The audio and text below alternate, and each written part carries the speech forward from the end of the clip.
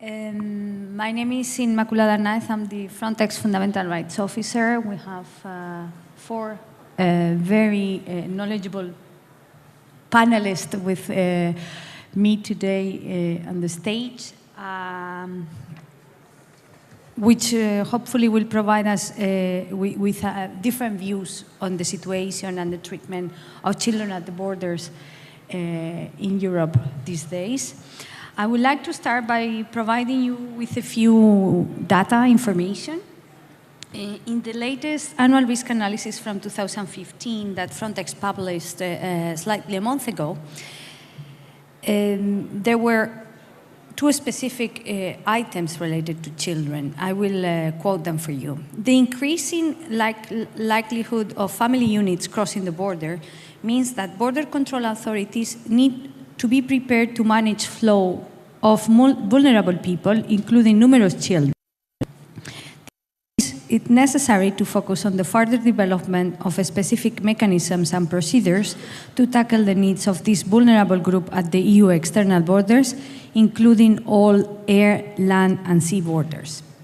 And when it comes to figures, detailed figures from 2014, the annual risk analysis report states that the profile of detected irregular migrants remain relatively unchanged compared to 2013, being mostly adult males.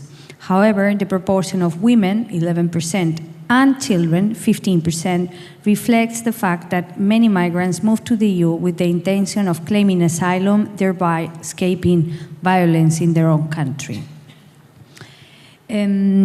Despite the difficulty to obtain figures regarding child smuggling and child trafficking in Europe, most analysts agree that there has been an increase in these categories of transborder crime. The global report of the UNODC in 2012 already showed that there were the detected victims of trafficking, and I'm talking trafficking for the purpose of exploitation, in the period 2007-2010, there were 27% of them were children, as opposed to 20% in the previous period, 2003-2006. The most recent Eurostat statistical collection, released in October 2014, showed that 17% of the total number of victims on trafficking registered were in the rank between 12 and 17 years old. By comparison, for instance, 36% are between 18 and 24.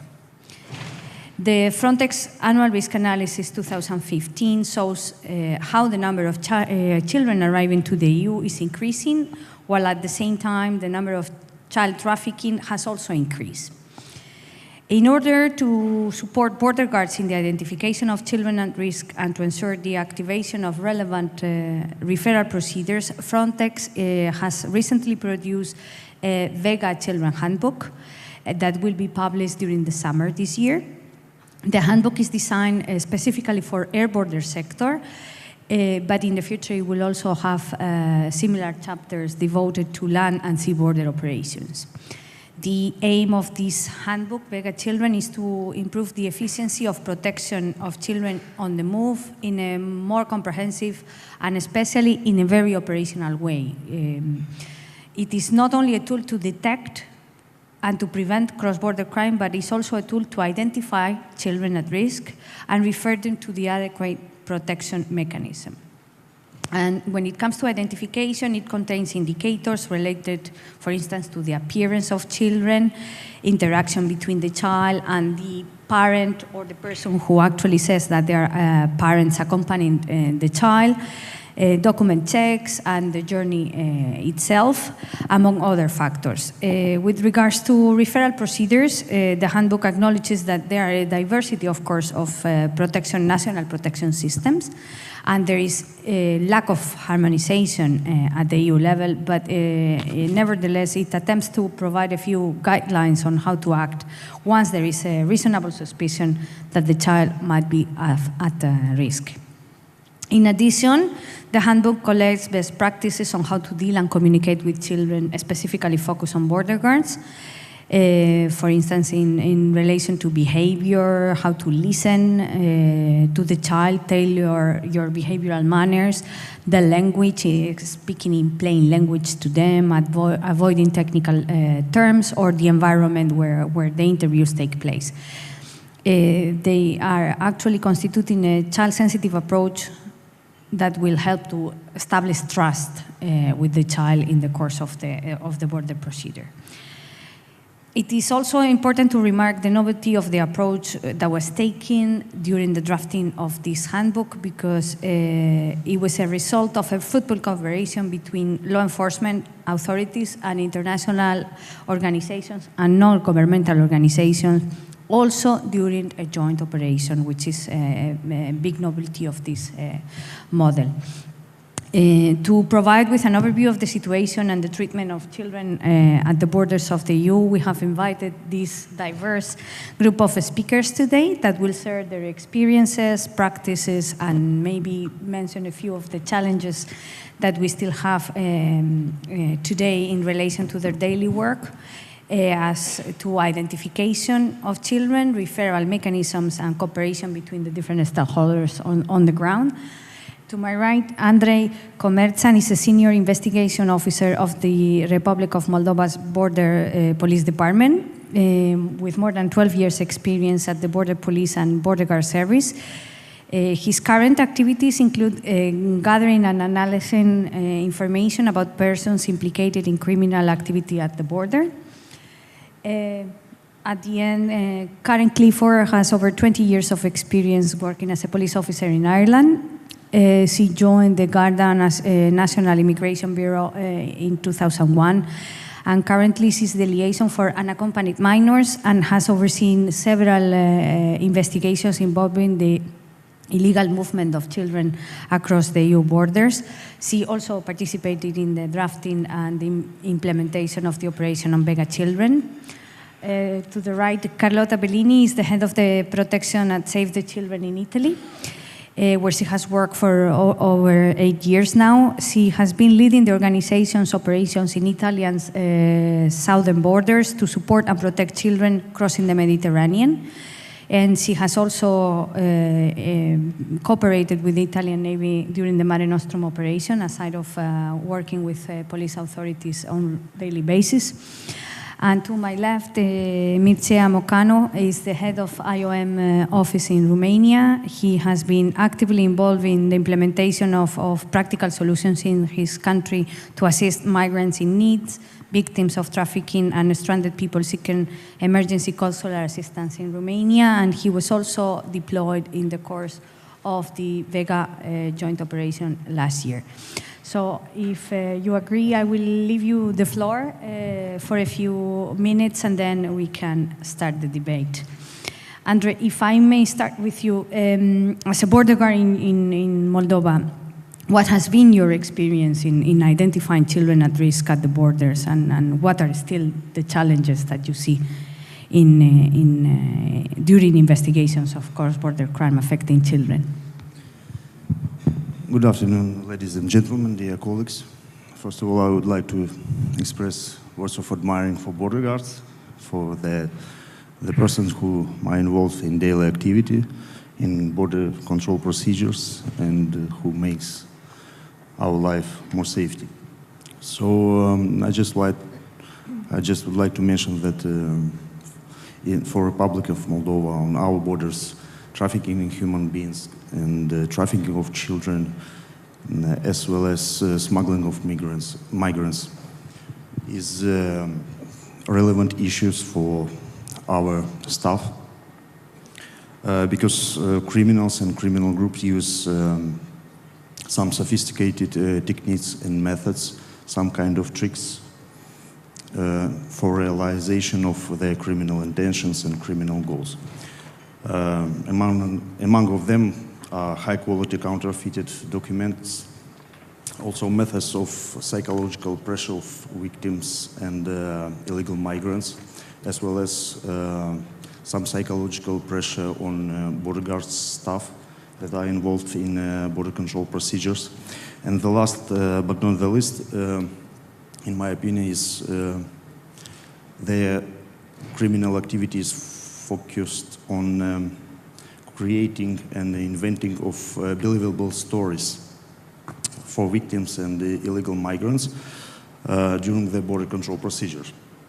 So if we are talking about Republic of Moldova, trafficking in human beings as a crime is a very grave crime.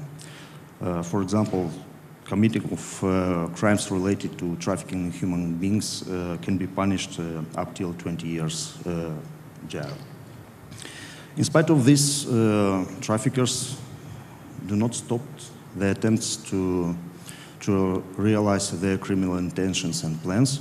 They plan their activity and they focus their activity on recruiting, transporting, and exploitation of victims of trafficking. And according to my experience and according to reality, the reason is very simple. This is obtaining of illegal incomes, significant illegal incomes, in spite of the threat that they will be imprisoned for long term. So if I talk about my professional activity, I would like to mention that the success in the domain of combating trafficking in human beings is based on the next rule. Patient waiters are not losers if they are not alone. I just made this conclusion because in 2012, when we created Border Police Department, we just had a great challenges on the border. And together with my colleague from EU BAM mission, according to his initiative, we just tried to implement one training for border guard staff that is involved in border control procedures in one of the BCP on the border between Moldova and Ukraine. And according to our plan, the training was focused on some practical things related to implementation of profile method. So selection of the non-typical passengers. In my opinion, it was quite good experience for us and for border guards or border policemen who were involved in border control, because we just learned them how to put questions to passengers, right questions, some kind of trick questions, how to detect non-typical passenger, how to evaluate his behavior and the relationships with some accompanied persons, how to detect risk indicators, and finally, how to collect and evaluate relevant information for second-line checks about persons that cross a border. So as a result, in 2013, when Border Police Department obtained some new competences, like a criminal investigation, so we can investigate, we can initiate criminal case, including trafficking in human beings, trafficking in children. That training was really useful for our activity, because in spite of the trauma,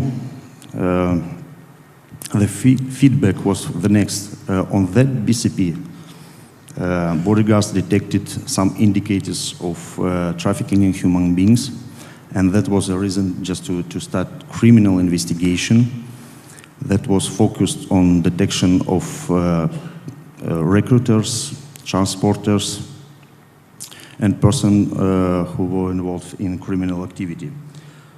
Just not too loud, but just some numbers. After the 1-year investigation, we detected and arrested about 10 traffickers and identified 50 victims of THB. Among of them were 2 children. And I would like to mention that the most great thing was that these 2 children were detected not on the border, but in the land. So traffickers didn't have possibility to transport them. They were at the stage of recruitment only. So during the panel discussion, there was mentioned that interaction between police and bodyguards is crucially important. We tried to implement this. Of course, we had some challenges, but finally we got the goal. We had a, in my opinion, quite good feedback. So traffickers were arrested. They are in jail. Victims were identified and were referred to the social assistance and specialized structures that are dealing with their rehabilitation. I just would like to mention that such kind of sophisticated techniques like profile methods and combined with a criminal investigation can create quite impressionable results. And in this way, border guards just raised their capacity to combat this kind of criminal phenomena. So if we will analyze this kind of crime, of course, the movement and the beginning of the criminal activity is presented in inland of the country. I just referred for Moldova. It doesn't happen on the border. On the border, it's kind of continuation of the process because recruitment process has place in inland, in small villages, in towns and cities. And the next stage of criminal phenomena or crime is the transportation is related to the border. At the same time, I would like to mention that the Border Police Department is not the leading authority to combat this criminal phenomenon because we have a specialized unit as a part of Ministry of Interior. It is called Center for Combating Trafficking in Persons, and they are leading authority, but we have just strong cooperation with them, and just for instance of our cooperation, during the 2014 we initiated joint operation with the involvement of border guards from BCPs and investigation officers from this Center of Combating Trafficking in Persons. So they were presented in BCP during the procedures and help us to put questions, also to collect information, and that information was a base for creation of risk profile for our staff. Moreover, I would like to mention another example, or to bring another example of our activity. When, according to our information, we detected and arrested trafficker, and we collected enough evidences of his criminal activity, and one of the results was that we detected a person in BCP who presented at BCP for a border control procedure. That was female person, and she was adult, about 18 years.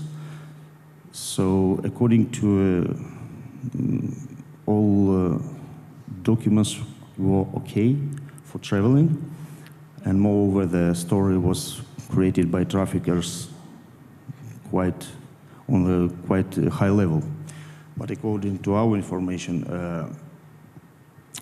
we found out that that woman was recruited as a victim of trafficking for sexual exploitation when she was minor. So when we were discussed with the border guards who were involved in border control procedures, there was some kind of indicators, risk indicators, that they are dealing with some kind of trafficking of persons, but they didn't think about they are dealing with trafficking of children. So that was a kind of challenge for border guards from BCP, and just with help of our information that was collected during the investigation, it could be assessed as children or minor.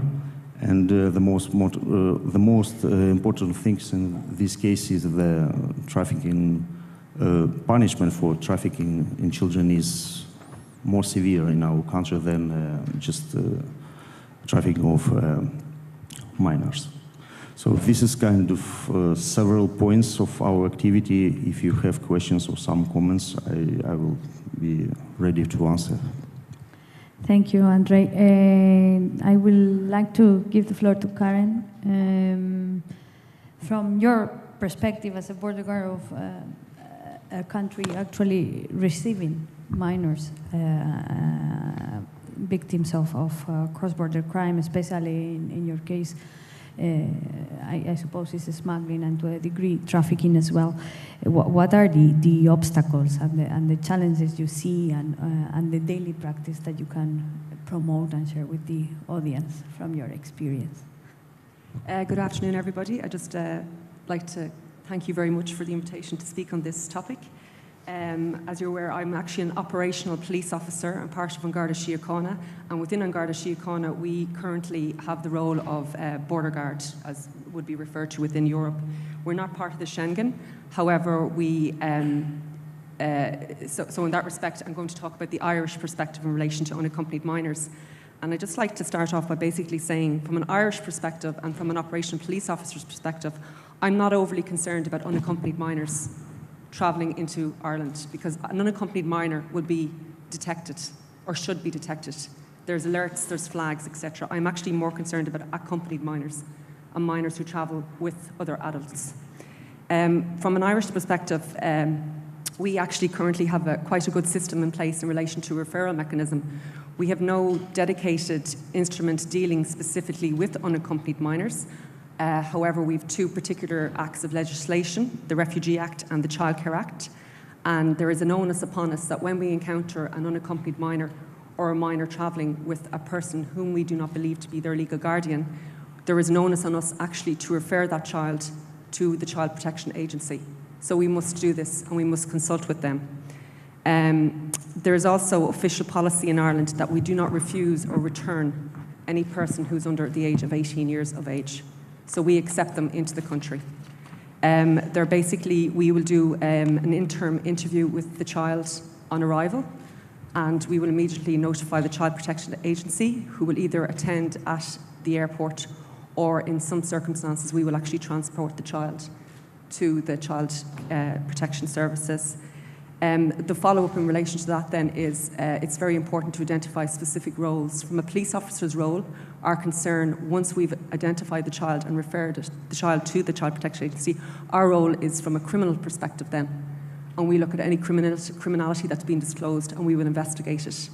We will continue to liaise with the Child Protection Agency. Their role is the welfare of the child and accommodating the child. It's not the police officer's role to do that, but we continuously liaise.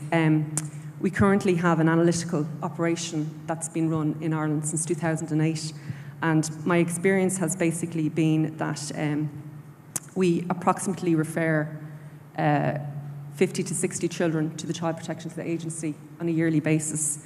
The highest number was in 2009, we referred 97 children. Last year then, our figures then gradually decreased from there, we were in the 50s, and last year our figures have gone up again where we've referred 62 children to the Health Board or the Child Protection Agency. In relation to the criminality, or when we did an analysis of the study of the figures, etc., and we did the follow-up with the health boards, the majority of cases turned out to be family reunification. And a lot of those incidents were actually people coming into Ireland to actually transit onto the UK, again for family reunification. So while it's a smuggling offence, the children were being smuggled into the country, which was a crime against our country. At the same time, at least the child was actually going to a family situation as opposed to a trafficking or an exploitation. So from that study, it was, you know, we were happy with it. However, like everywhere else in Europe, we're extremely conscious that trafficking is occurring. So if we're identifying these minors and it turns out that it's family reunification or education or economic situations that they're travelling, we're not detecting then the minors that are actually being trafficked, which highlights again the fact that it's totally clandestine crime. We've also acknowledged that it's a totally organised crime. And while if organised gangs are making huge amounts of money on the back of these children and on the back of other migrants, and it's a very difficult crime to investigate, because if you have a situation where you're investigating drugs, you go and you intercept a drugs package, and there is your evidence. It's physical evidence, it's drugs. You go and intercept a trafficking gang, and the commodity is actually human beings, and an awful lot of the time they are afraid and they will not speak to you, they will not divulge who their trafficker or smuggler was. In smuggling situations, it's because they're escaping, they want a better life, they're not going to tell who is smuggling them. In trafficking situations, they're being exploited and they're in fear. So that's basically the experience we've had. And again, I'm open to any questions and discussion, looking forward to the discussion. Thank you very much, Karen. Carlota, you have, I'm not sure that the picture is out. You sent me something in preparation of this that I actually wanted to, so it's here as well. It's a drawing of actually a child. Carlota will explain us. Is the perspective of a child about the search and rescue operation at sea. I thought it actually illustrates very well what we are trying to say. So if you want to tell us a little bit about the picture, and then. Can you hear me? Yes. I sent this drawing to them because I thought it was interesting to see the child's perspective. So it is a drawing that was made by an Eritrean child of 16 years in Lampedusa. He was really good at drawing. This is the first one. And then he did another one with Save the Children and a third one with a house that was supposed to represent his future. So what he was hoping to have in Europe. And that was really meaningful. I thought it was important because the key message is that it's incredibly necessary to understand that we need to hear the children's views, and we need to inform them about what is happening to them after they are rescued or when they land. Save the Children operates at different borders in different regions of the world, but today I wanted to bring the perspective of someone who works at the southern borders of the European Union and is now confronted, in fact, with the big crisis in the Mediterranean. As you know, last year, in 2014, in Italy alone, we have received more than 26,000 children, and half of them were unaccompanied. Of course, it means that after they are rescued, and even when they disembark, very often they are traumatized. Very often they are children that have also suffered violence during their journeys, sometimes journeys that last for months or maybe years, and are children that do not have an understanding of what is happening to them. So, for instance, if the police, if border guards actually involve them in operations such as, for example, identification operations to assess their age in the case of unaccompanied children, or in operations to assess family relations, or they ask them about documents, or ask them specific questions, for example, to explore if they are victims of trafficking, exploitation, or maybe victims of violence or torture. Sometimes children do not answer or do not give the correct answer, but just because, first of all, they are traumatized, and again, they need time to have the opportunity to think, reflect, and then, of course, give their feedback. Very often they don't understand the language that the others speak, and very often at the borders, in fact, unfortunately, children are not given the support that they need, even in terms of understanding the language. And understanding the language means understanding, of course, the language spoken in the country where they are, but often also involves speaking a child-friendly language, which is very difficult. Of course, this is a challenge. And of course, it is even a challenge for everyone, not only border police, but even for an NGO sometimes to have the capacity to identify the vulnerabilities, to provide the support that the children need when the operations at the border are very quick and very intense. Having said that, our experience at the borders has led us to conclude that it is extremely important that we cooperate with different actors. Save the Children has been involved in a project that is called Presidium that will actually come to an end very soon. A project that was coordinated by the Ministry of Interior and that we implemented together with international agencies like IOM, UNHCR. And that has proven to be very important because we could actually, again, work together as if we were one team, a part of the same team, to in fact face the challenges, some of the challenges that I've mentioned. And at the same time, of course, we understand the importance also to cooperate with the police, with border guards, and this has happened not only on land, but also at sea. So at the borders, meaning in Sicily, in Lampedusa, in Apulia region, in Calabria, those are the main regions where, in fact, migrants land, but also at sea. And so with the coordination and the cooperation with the Italian military navy, we could in fact be involved in the Operation Mare Nostrum last year, and we could operate on the military ships of the Italian navy. And therefore, even on the ships, we had the opportunity to cooperate with the police. And that was extremely important. Important because, again, it is also our interest that unaccompanied children are identified, but also equally that adults, when it's so evident that they are adults, so people that are 14 years old can be, of course, be identified as children. And it's extremely important to work, therefore, with the police to ensure that migrants do not give false declarations.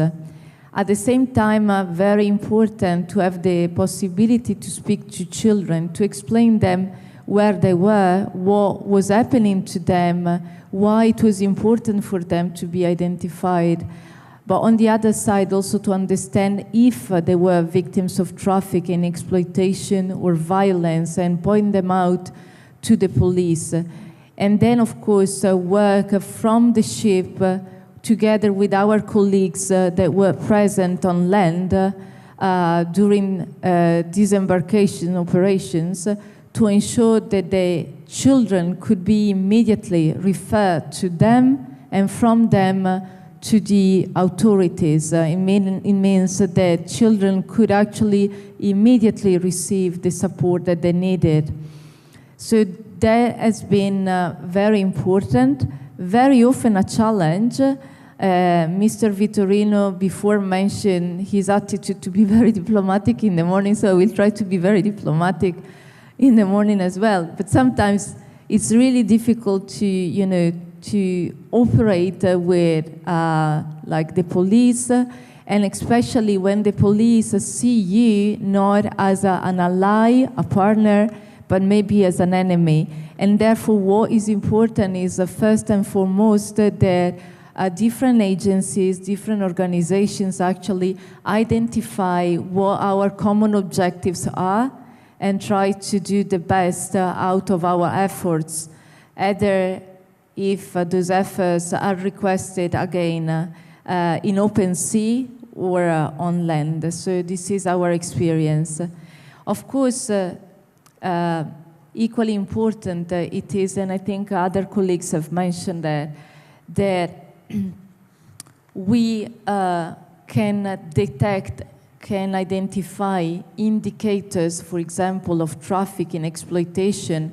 We can maybe have a very general idea of family relations between children and adults. We can maybe have a very general idea of like a relation, for example, between a child and a potential trafficker or smuggler when we are at the borders. But it's equally important to keep in mind that, again, we've got to give time to children to express their view, to tell us what their position is, to tell us who are the accompanying adults, and that time means that we can, expect to already have the capacity to, again, identify all children, all the vulnerabilities, all the family relations, all relations with adults at the borders. This has to happen and to continue, of course, in care facilities where children are placed.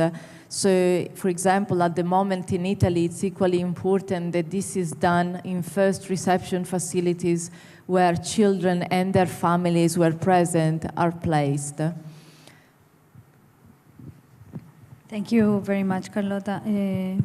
Mircea, you have participated in a joint operation with us, and you have extensive experience in migration, supporting migration management in your country. What will be your recipe for all of this to be put in positive in terms of due and proper treatment of children? Well, first of all, if I was to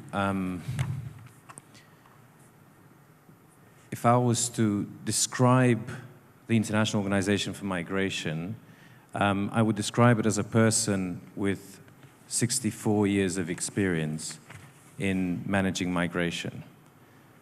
And over the past 64 years, there's not a single case that we've been presented with these days that we haven't dealt with in the past, be it in Europe, be it elsewhere in the world.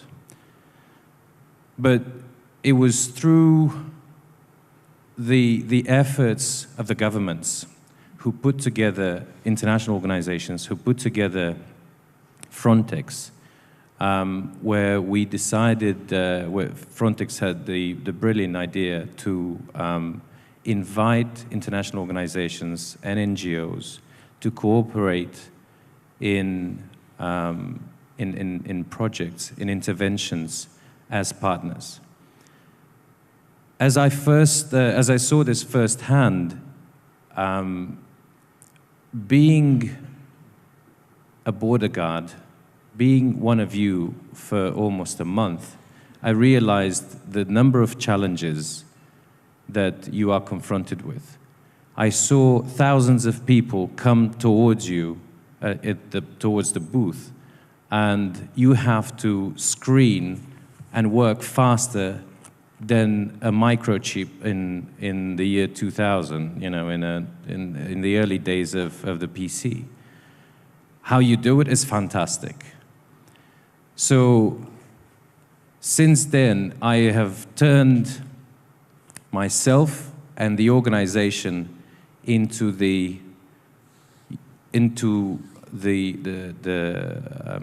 spokesperson of the border guard and of the challenges that you are confronting every single day, whether it's detecting children, whether it's detecting traffickers, whether it's smuggling drugs or anything else. And it's only recently that border guards have understood the importance of working together and giving less of a chance to the smugglers, to the traffickers in going about their daily work. We have a common goal, and that goal has been well understood. And in those countries where border guards and border police has understood the role of cooperating between their officers and international organizations, you can see results. You can see results because we work and we have a role that has been going on for nearly 65 years. To establish, to bring to Europe that international cooperation, that cooperation with third countries in places where either there are no European embassies, there are no missions that can help, but international organizations such as the International Organization for Migration have a representation. I'm not going to go any further because this is a debate. I'm giving the floor back to you. I'm going to ask you a question more on the actually something that you mentioned very rightfully from your international perspective. I'm going to throw it maybe to Karen and to Andre. What is your experience as border guard working on the ground with international organizations and NGOs? Do you cooperate regularly? How is that functioning in practice, and to seek also the other perspective? Thankfully, my experience has been an excellent experience. We have a very good working relationship with intergovernmental agencies, non-governmental agencies, and also other state agencies. I think it's extremely important for every border guard to recognise that it's a multi-agency approach that will work, and it's the only way it will work. As I mentioned earlier, the role in my situation is I am the investigator. I'm concerned about the criminality. First and foremost, we are concerned about the welfare of the child. Once we have identified the child, we refer then to the child protection. After that, the role of the Child Protection Agency commences, and they're concerned about the welfare. They decide what is in the best interest of that child to be returned back to their home country, to remain in Ireland, to return to a third country, family reunification. They do the DNA testing. They will provide education. They will look after the child's health. That is not my role. If I was to do that, I would not be able to do my job as an investigator. It's extremely important, the liaise we have with the International Organization for Migration. For example, human rights, when we do return a person to a country, in particular a third country, you want to make sure that they are returned to a safe environment, that they are not abandoned, that they have sufficient funds, that they are educated, that there is some kind of a job prospect or whatever, or education there for them. With NGOs, and again, we have several different agencies, Rahama, for example, in relation to prostitution. I just can't think off the top of my head, but definitely my experience has been that we have a very, very good working relationship in Ireland, and I cannot promote enough the multi-agency approach. It is the only way that we can prevent this crime, basically, this organised crime that occurs in relation to children. So in our country, we also have the quite strong cooperation between NGOs and law enforcement and border guards. For example, this activity is focused on building capacities, and also let's talk about just practical issues for law enforcement. We just use possibilities of non-governmental organization during the rehabilitation of victims, because for us is very important information and about traffickers, about criminals. For them is very important to begin to start with successful process of rehabilitation. But if victim is not cooperative, law enforcement agencies doesn't have enough capacity to investigate. So on this dimension, the cooperation is crucially important. Also, for example, if we investigate smuggling of migrants, we just ask support from United High Commissioner for Refugees to find out some reliable translators during our investigation, because the cultural ties between migrants are very strong, so they don't want to cooperate with law enforcement. They don't want to present some information that could be used like evidence during the criminal case. During the investigation of smuggling of migrants, border police department just is focusing on a criminal activity. We don't look at illegal border crossing like just separate events. So somebody facilitated this activity, somebody has some illegal incomes from this, and evidently, as a result, we have to find this person and to bring him to a court for his criminal activity. Thank you very much to both. Carlota, may I go back to something you mentioned? Of course, you are part of Presidium project, and if I understand, and maybe to insist a little bit on that, what will be, in your view,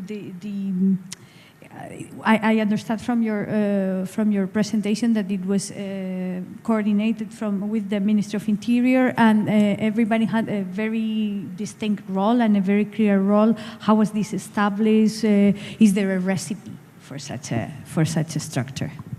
Well, the different agencies operating in the Presidium project have already different specific mandates.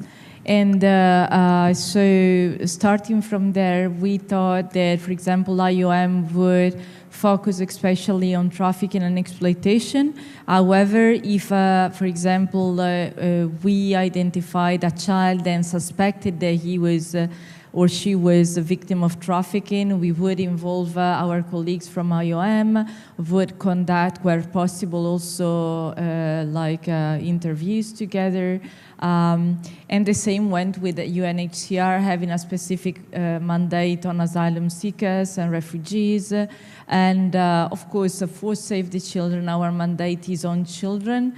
We have been given a specific expertise on unaccompanied children in particular, but then of course, given that, as again I mentioned before, last year we have received also almost 13,000 accompanied children, many of them were very small. Then of course we operated together also when it came to, for example, interview families with small children or inform them about their rights, about the risks of irregular migration, so moving irregularly in the EU, and we did it together as agencies. So again, I think the expertise and the capacities within each organization has been like a key in then identifying also the role in the Presidium project.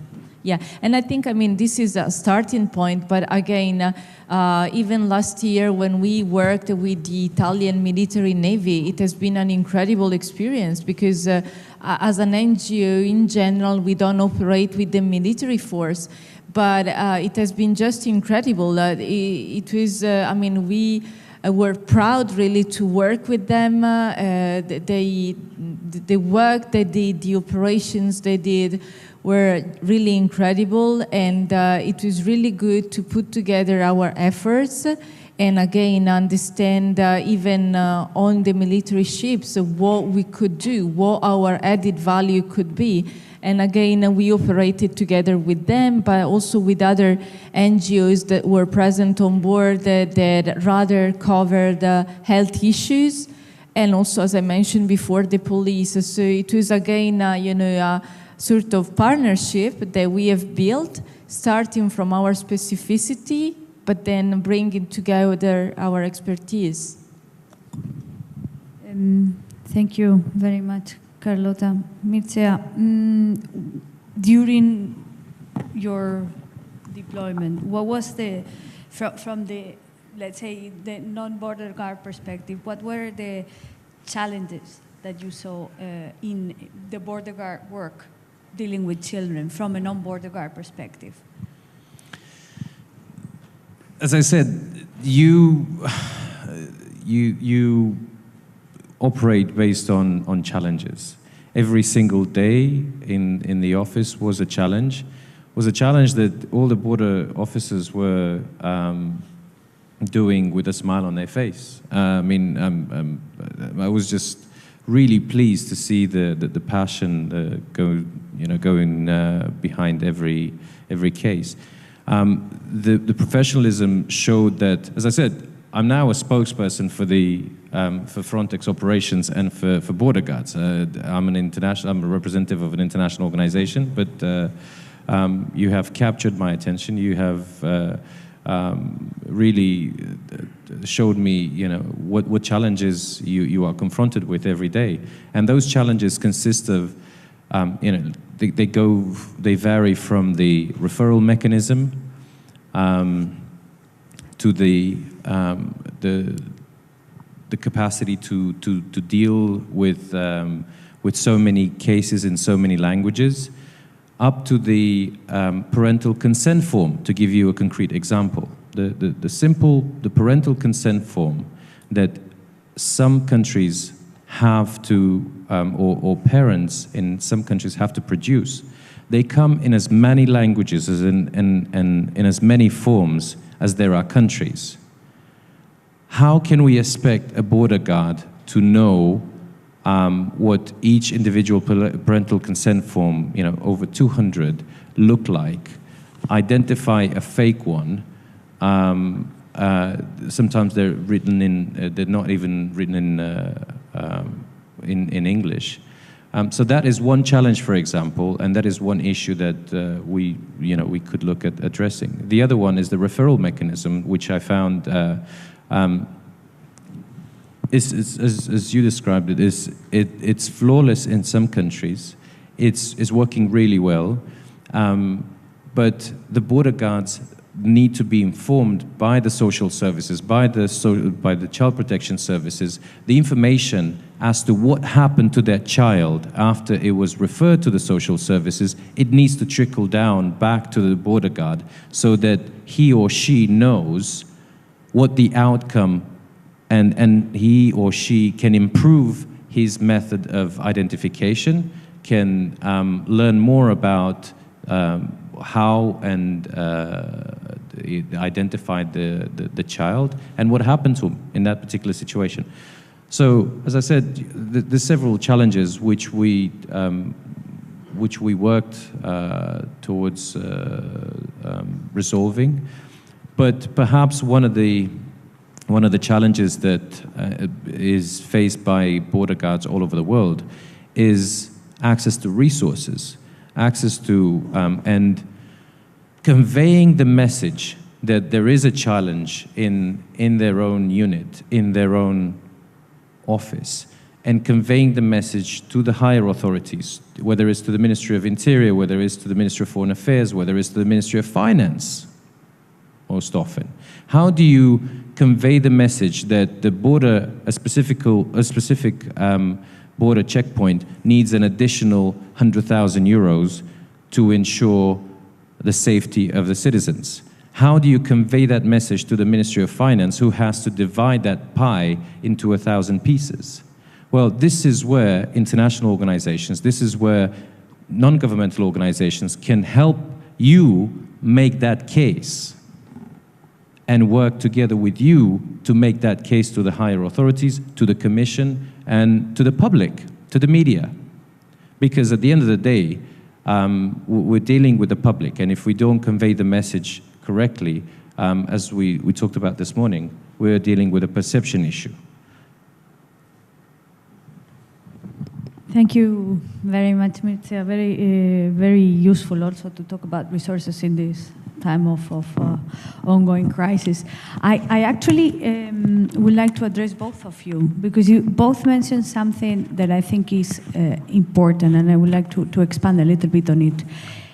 You mentioned that you were trained to actually identify indicators of children, and you actually mentioned also that interviewing children is a very difficult task, and that you can learn how to do it.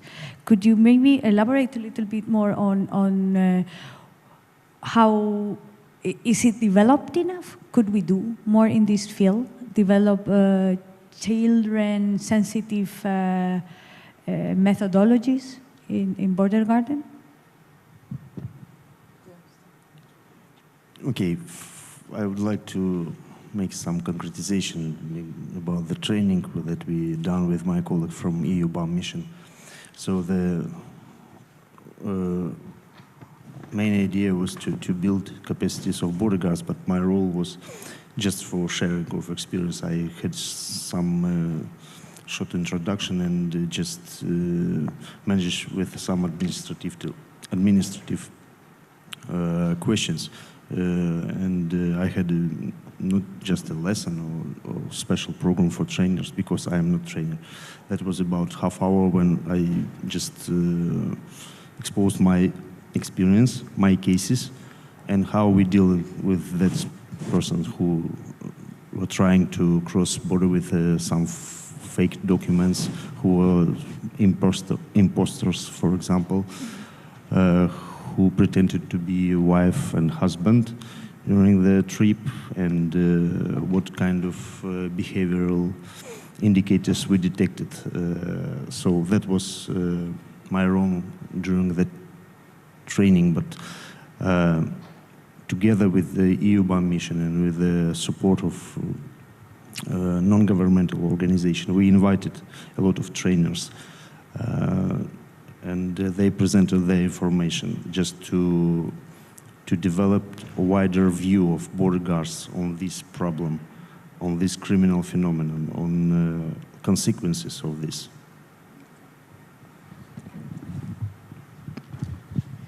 Yes, I've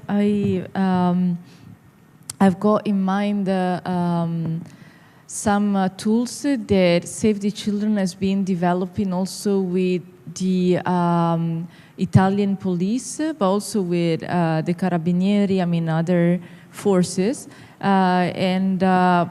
One tool was specifically on interviewing children, potential victims of trafficking and exploitation. So that has been really good, and we have also given training on that specific tool.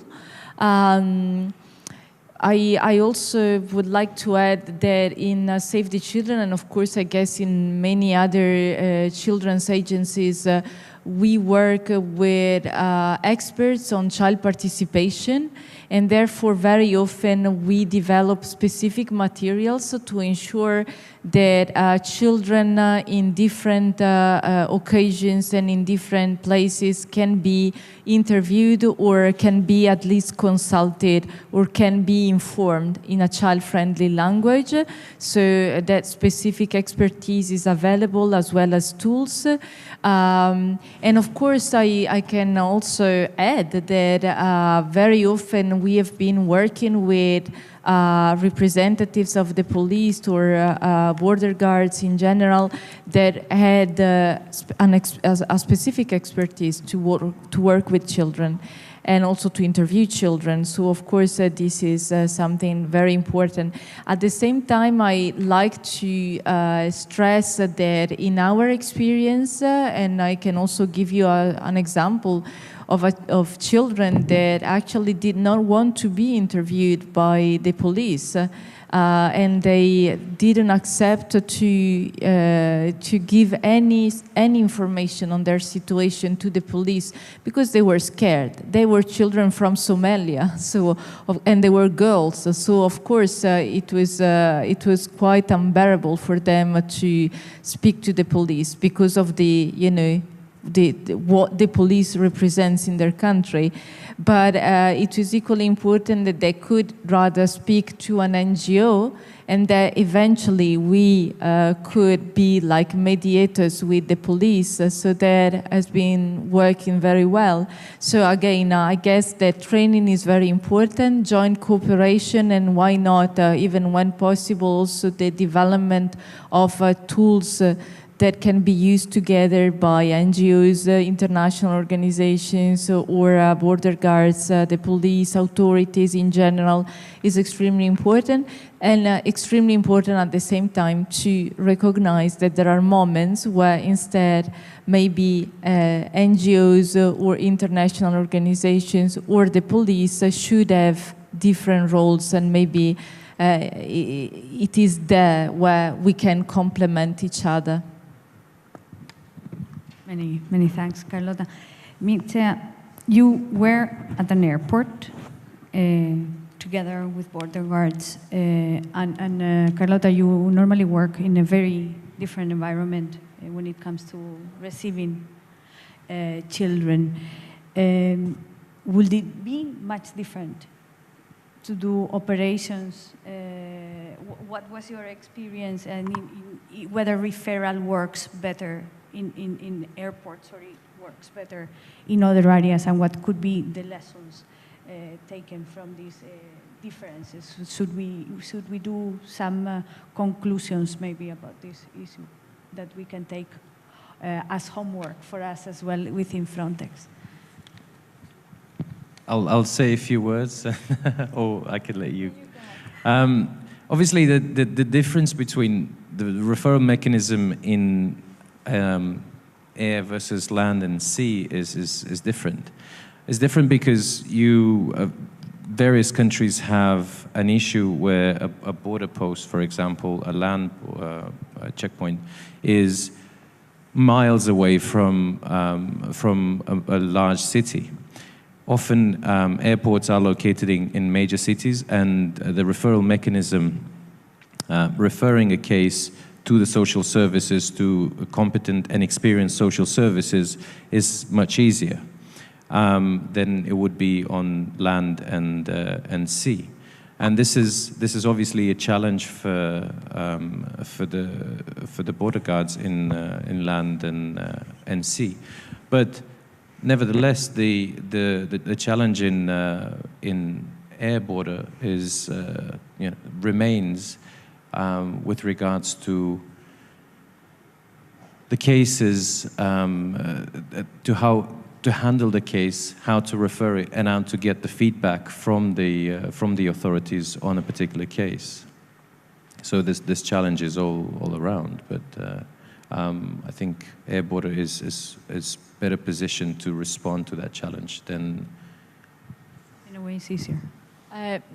Again, with the Italian police, we have developed specific SOPs that can be used in different areas, so in airports rather than in other places. And again, they were specifically on trafficking and exploitation, not anything else. I would say that in general, the challenge in airports, but also in disembarkation areas, so for example, at the southern borders, the main challenge is the time, as I mentioned before.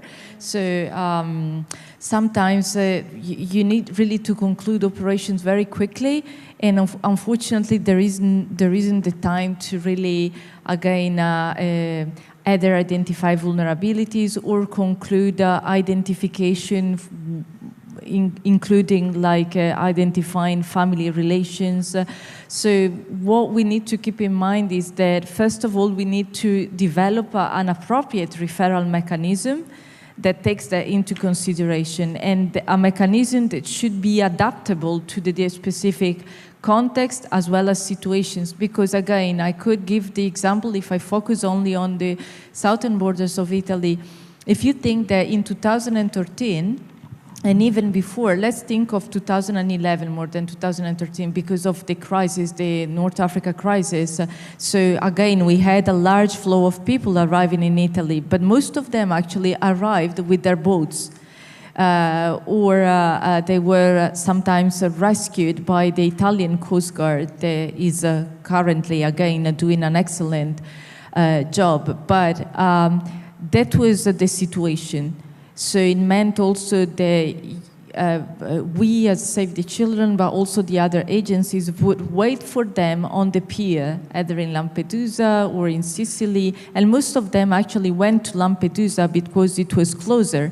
So if you operate in a small island and just be on a pier or maybe two different piers, of course the situation is different than the one that instead happened last year and is currently happening also at the southern borders, where instead big ships, even the Bulwark, the English ship, last week arrived in Catania, and it's a huge boat, and even the military ships like the San Giorgio can carry 1,500 people. So there were times where, thousands of people disembarked at a time in, for example, take Augusta port, which is a huge port, but at the same time, you are confronted with the arrival of 1,000 people disembarking, and it means also that you need to conclude the operations, and even if you are quick, it may take 8 hours, but in those 8 hours, again, children are exhausted.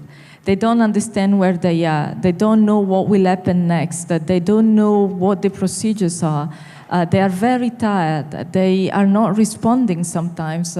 And the same happens even to adults. And maybe like last year, if you consider that most of those that reached Italy came from Somalia, Eritrea, Syria, so even situations of conflict or dictatorship. So of course, we've got to keep that in mind even when we design a referral system and when we readapt the referral system to specific situations and contexts. Now, as the situation is, it's important that we, of course, first, let's say, conclude the most urgent operations at the border, but then maybe, if needed, we continue, let's say, our activities in, as I mentioned before, in places where children and their families are placed. Thank you very much to all. I think I will use the opportunity of having all of you standing here with your variety of experiences to open a little bit the floor for any questions that the public might have on this interesting topic, if you wish to have any. I know there are some people with a lot of experience on the ground, sitting in these chairs as well in relation to trafficking and smuggling of children. So I will.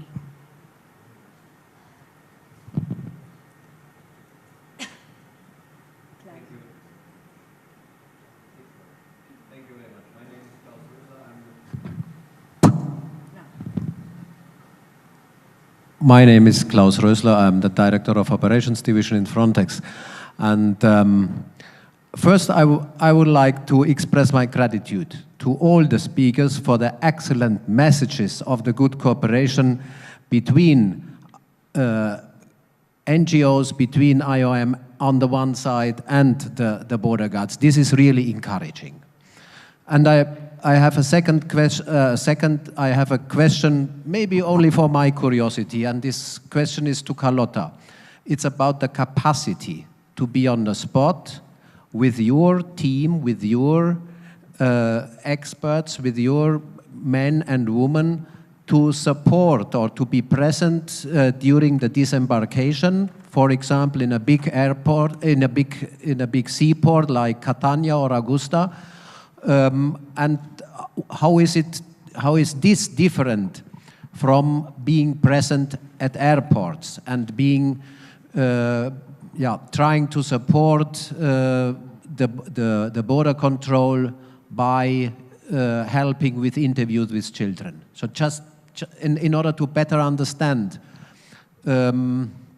how on the spot the practical cooperation can be handled, can even be further developed.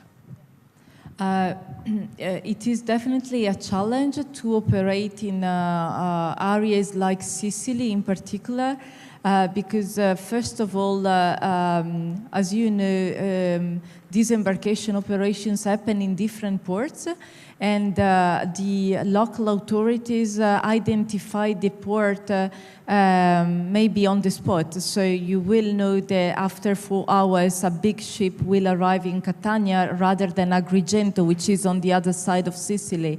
So that is a challenge already. And like in moments like the one we are sort of confronted with, of course, it means also that there are different disembarkation operations happening in different ports at the same time, with thousands of people arriving at the same time in different geographical areas. So that means that we had to strengthen our capacity to be in the field, to recruit more people. And at the moment, we are operating with approximately 16 people. Some of them are on call, some of them instead are staff that were with us regularly and continuously.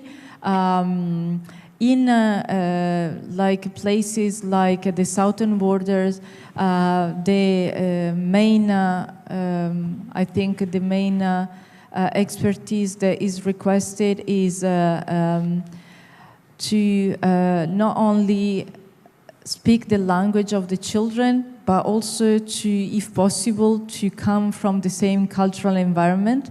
And therefore we involve cultural mediators.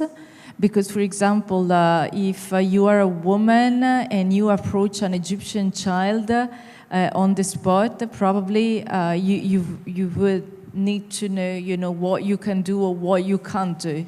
And the same goes for example, for Syrians, because they come from an Arab country, or for example, Eritreans rather than from Mali. So each group has got a specific cultural background. So we involve cultural mediators in our work. They are very important to speak to the children, to understand their needs, and also to communicate to them relevant information.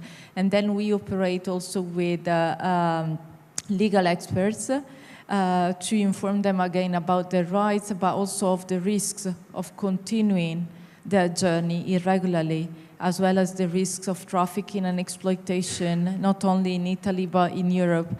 And then what we have thought is important to have now is also like educators to work in particular with small children, and to also provide some psychological support. And in the next months, we will develop like specific tools to detect, in fact, psychological vulnerability, and we will teach even to care workers how to do it. So this is what happens at the southern borders. If instead you operate in an airport like Fiumicino, of course, you maybe need just one person present, and what is still important is that at least one cultural mediator is present.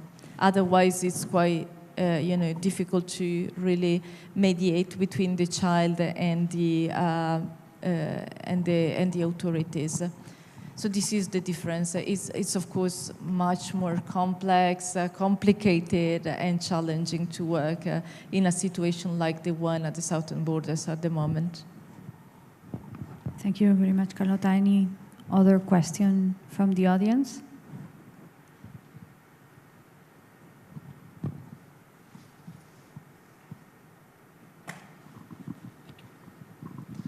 Thank you. I am Magodik from Estonian Police and Border Guard Board on Intelligence Division.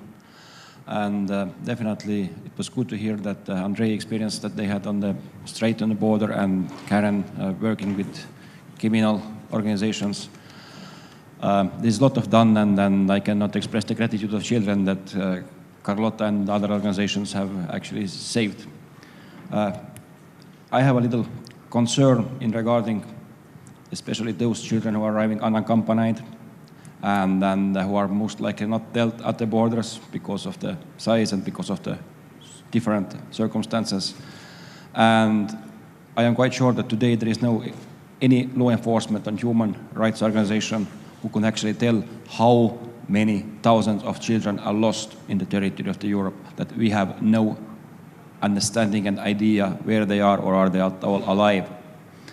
And this is many times also, as I also consulted with some colleagues here around, because of sort of confrontation between law enforcement and NGOs and other organizations talking about human rights when it comes to the children, which is really issue when it comes to children.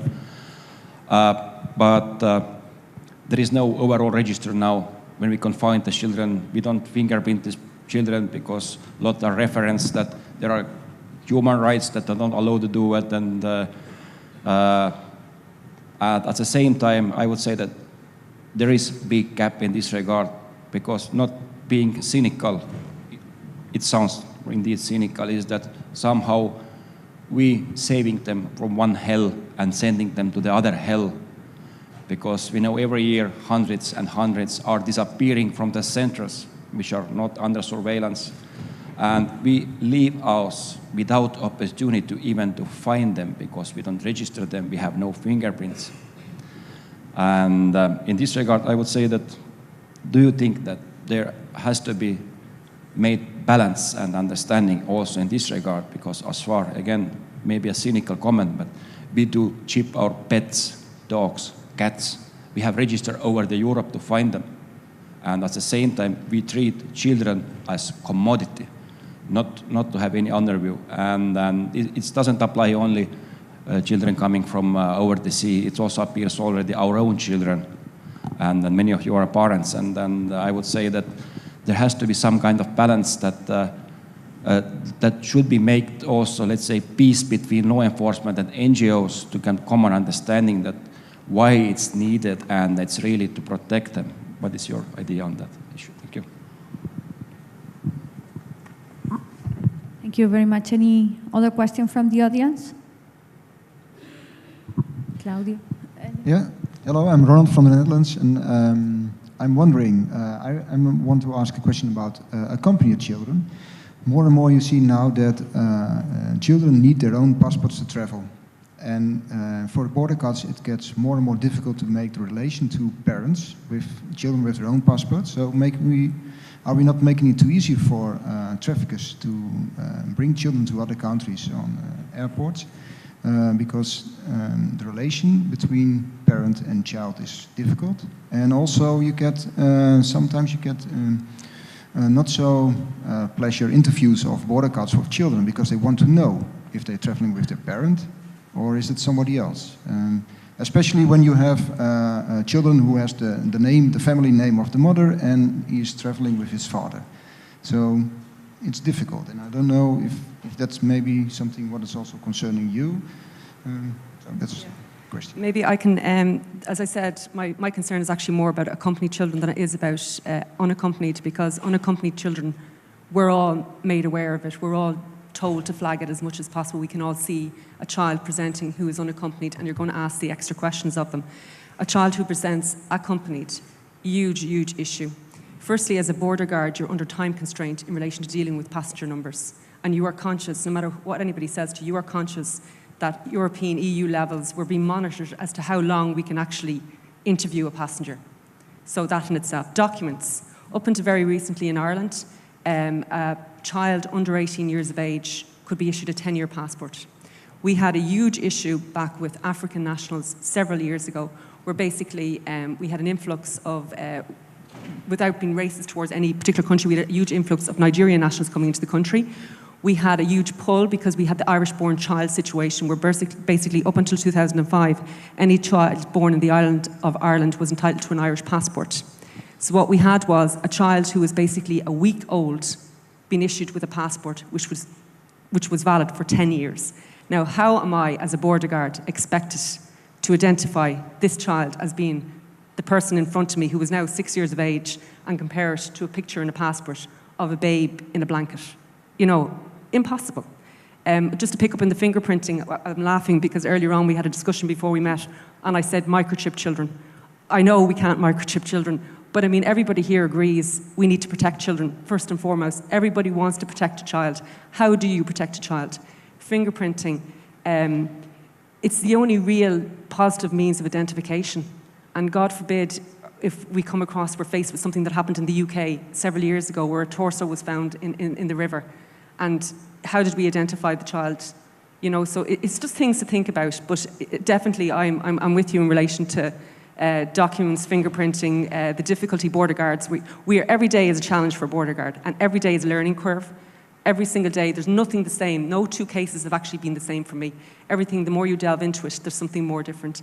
And then in addition to that, when we get into the investigation side of things, I find that when we go to court, if we have a prosecution, because all the evidence has to be disclosed, we're actually educating the organised crime groups. We're educating them in relation to documents. We're making them improve their documents because we're showing them the flaws that are in documents. We're telling them that children aren't fingerprinted or photographed or whatever.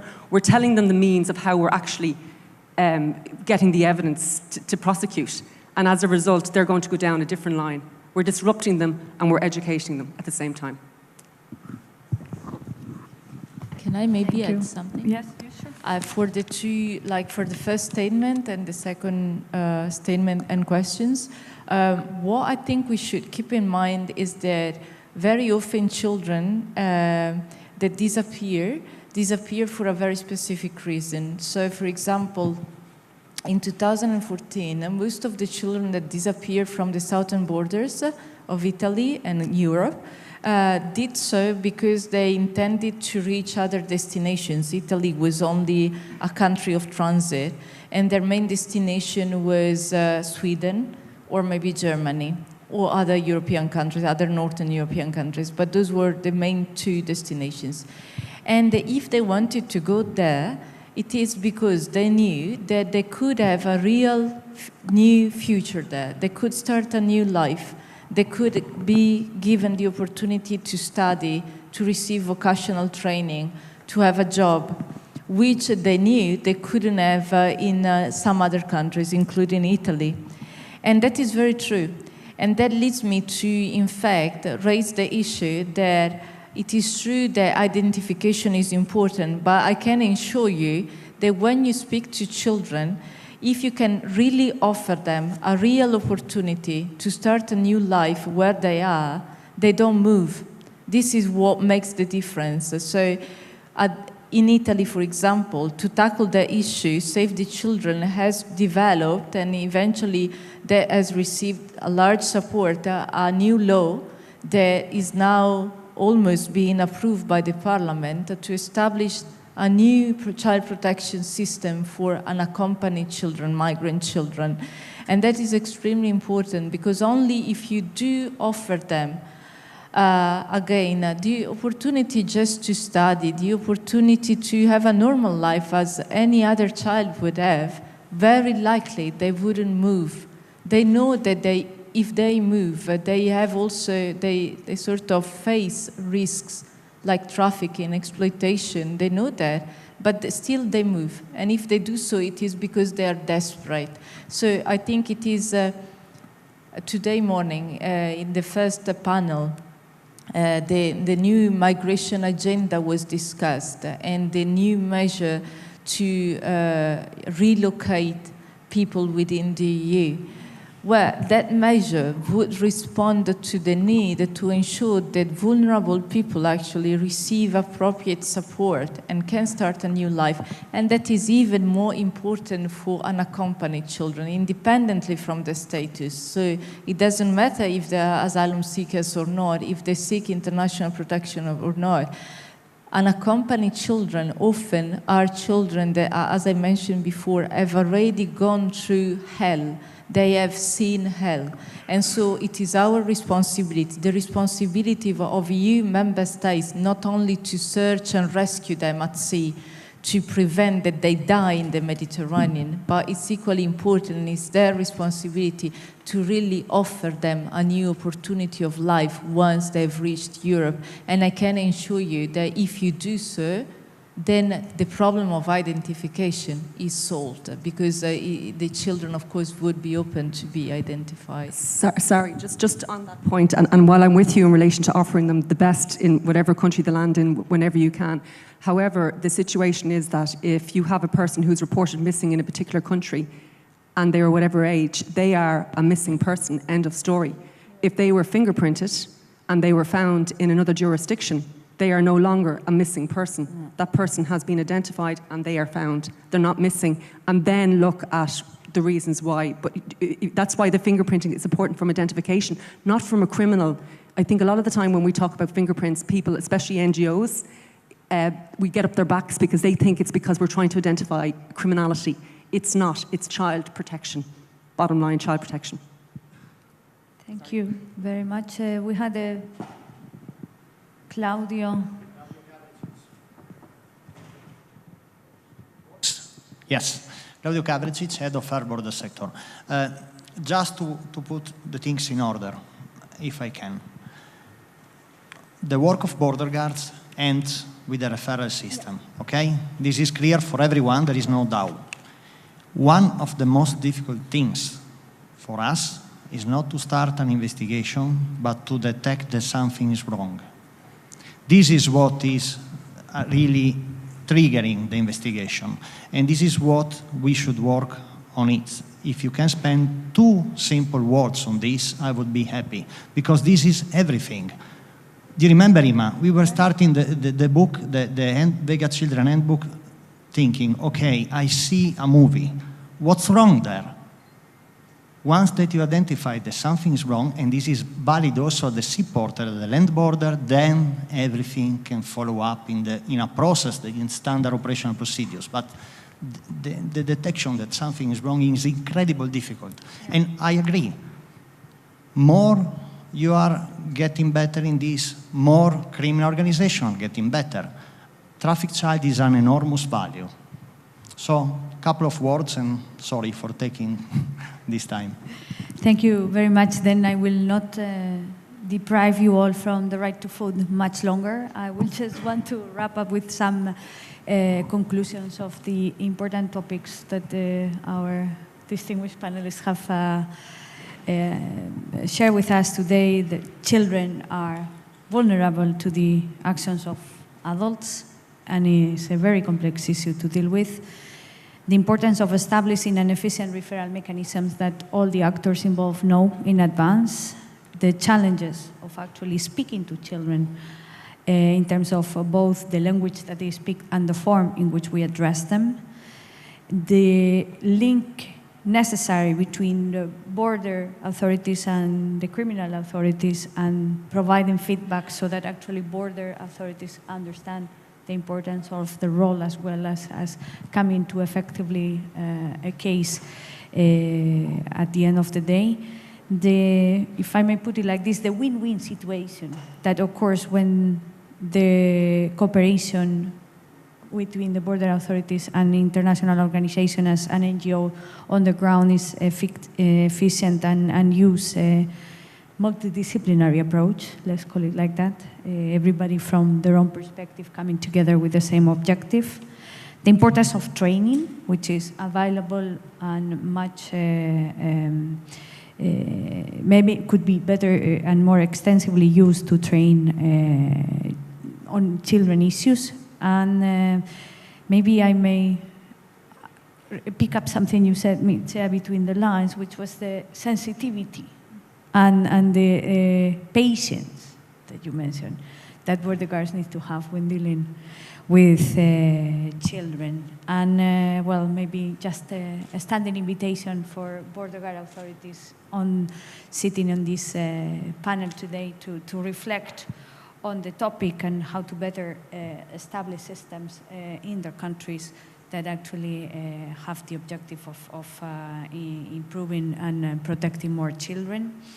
And just a last word, we have a stand in the stands area that has a book written by Zacharias Kebran, is sitting here in front of me.